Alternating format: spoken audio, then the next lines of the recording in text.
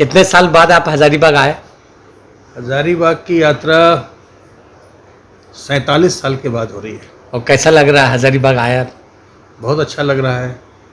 हमारे बाप दादों का घर है तो बहुत अच्छा लग रहा है। 1974 के अक्टूबर में मैं आया था, जब मेरी दादी की मृत्यु हुई थी तो उनका सारा लास्ट राइट्स यहीं से हुआ था। उसके बाद से आना नहीं हुआ। तो आज जब 47 साल के बाद मौका लगा हजारीबाग आने का। हजारीबाग में मैं अधिकारी के रूप में नहीं आया हूँ, ये तो मेरा घर है। तो मैं हजारीबाग के एक नागरिक के रूप में आया हूँ। यहाँ के बच्चों को आगे बढ़ने के लिए कुछ तो टिप्स दीजिए कि बच्चे आगे बढ़े आगे। जो मेहनत करेगा वो आगे बढ़ेगा। बच्चे मेहनत करें। ये है chief secretary UP Amit Mohan Prasad. अपने काम के कारण इनका नाम है, तभी additional secretary medical health and family welfare जैसे महत्वपूर्ण प्रभार ही वहां योगी सरकार ने इन्हें सौंप रखा है। कहे तो यूपी में टॉप 10 अधिकारियों में से एक है। हजारीबाग और झारखंड के लोगों के लिए इस बात का गर्व हो सकता है कि श्री प्रसाद जैसे वरीय IAS अधिकारी हजारीबाग से है।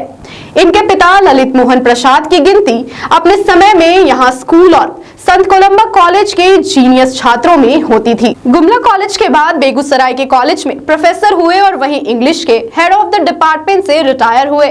वहीं बस भी गए, लेकिन उनका पूरा परिवार हजारीबाग में रहा। ऐसे में उनका संपर्क भी बना रहा।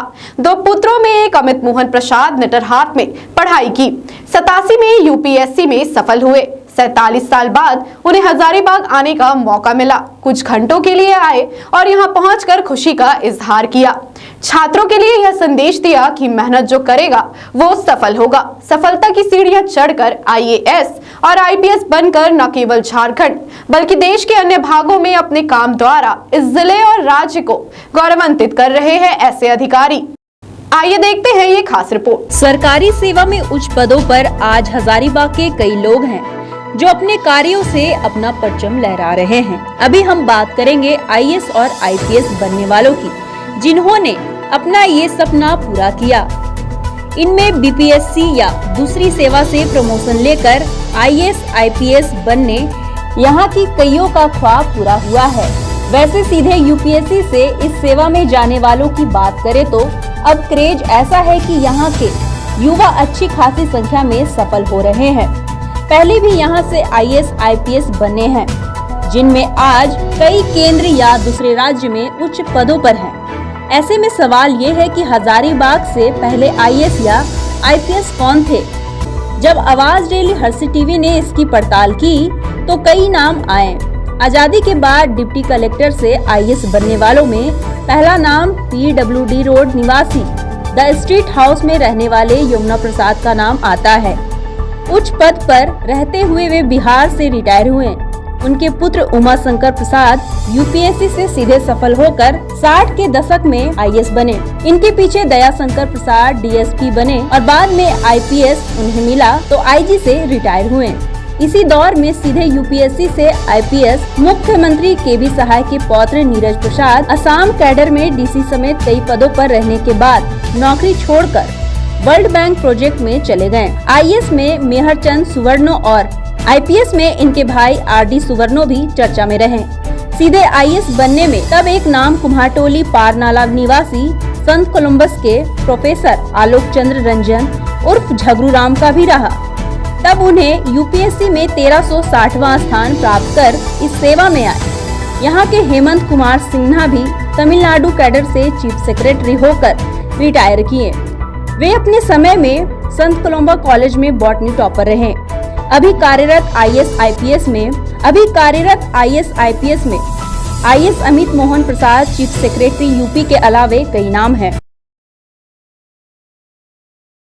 हजारीबाग से UPSC में सफल होकर IAS IPS में अपनी सेवा देने वालों में एक नाम अरुण कुमार सिन्हा का है, जो इस समय स्पेशल प्रोटेक्शन ग्रुप में डायरेक्टर हैं और प्रधानमंत्री नरेंद्र मोदी की सुरक्षा में तैनात हैं। कालीबाड़ी निवासी अरुण कुमार सिन्हा केरल कैडर के अधिकारी हैं। विभिन्न जिलों में SP और ADG में अपनी बेहतर कामकाज के लिए वे जाने गए। वहीं मटवारी निवासी प्रवीण कुमार आस्थाना IIT कानपुर से करने के बाद IAS बने और इस समय केंद्र के कौशल विकास में सेक्रेटरी हैं। वहीं बॉटनी के प्रोफेसर आर.एस. सिन्हा के पुत्र IAS बनकर बंगाल कैडर में गए, लेकिन अभी मिनिस्ट्री ऑफ एक्सपोर्ट में हैं। इमली कोठी निवासी डॉक्टर रंजना शरण के 2 भाई तन्मय शरण और तलीम शरण भी IAS हैं। इनमें एक राजस्थान और दूसरा बंगाल कैडर में है, लेकिन इस समय दोनों केंद्र में सेक्रेटरी लेवल के अधिकारी हैं। मटवारी के ही IAS भानुचंद्र गोस्वामी भी इस समय यूपी कैडर में अपनी सेवाएं दे रहे हैं। IAS अजय तिर्की भी केंद्र में सेक्रेटरी लेवल के अधिकारी हैं। वहीं IPS की बात करें तो इस समय राजकुमार मल्लिक झारखंड में ADG हैं। वहीं प्रधान डाकघर रोड निवासी IPS कृष्ण प्रकाश महाराष्ट्र कैडर में वहां के एक चर्चित अधिकारी हैं, जबकि मजदूर नेता KP सिंह के पुत्र IPS राजीव सिंह अभी CRPF IG झारखंड है।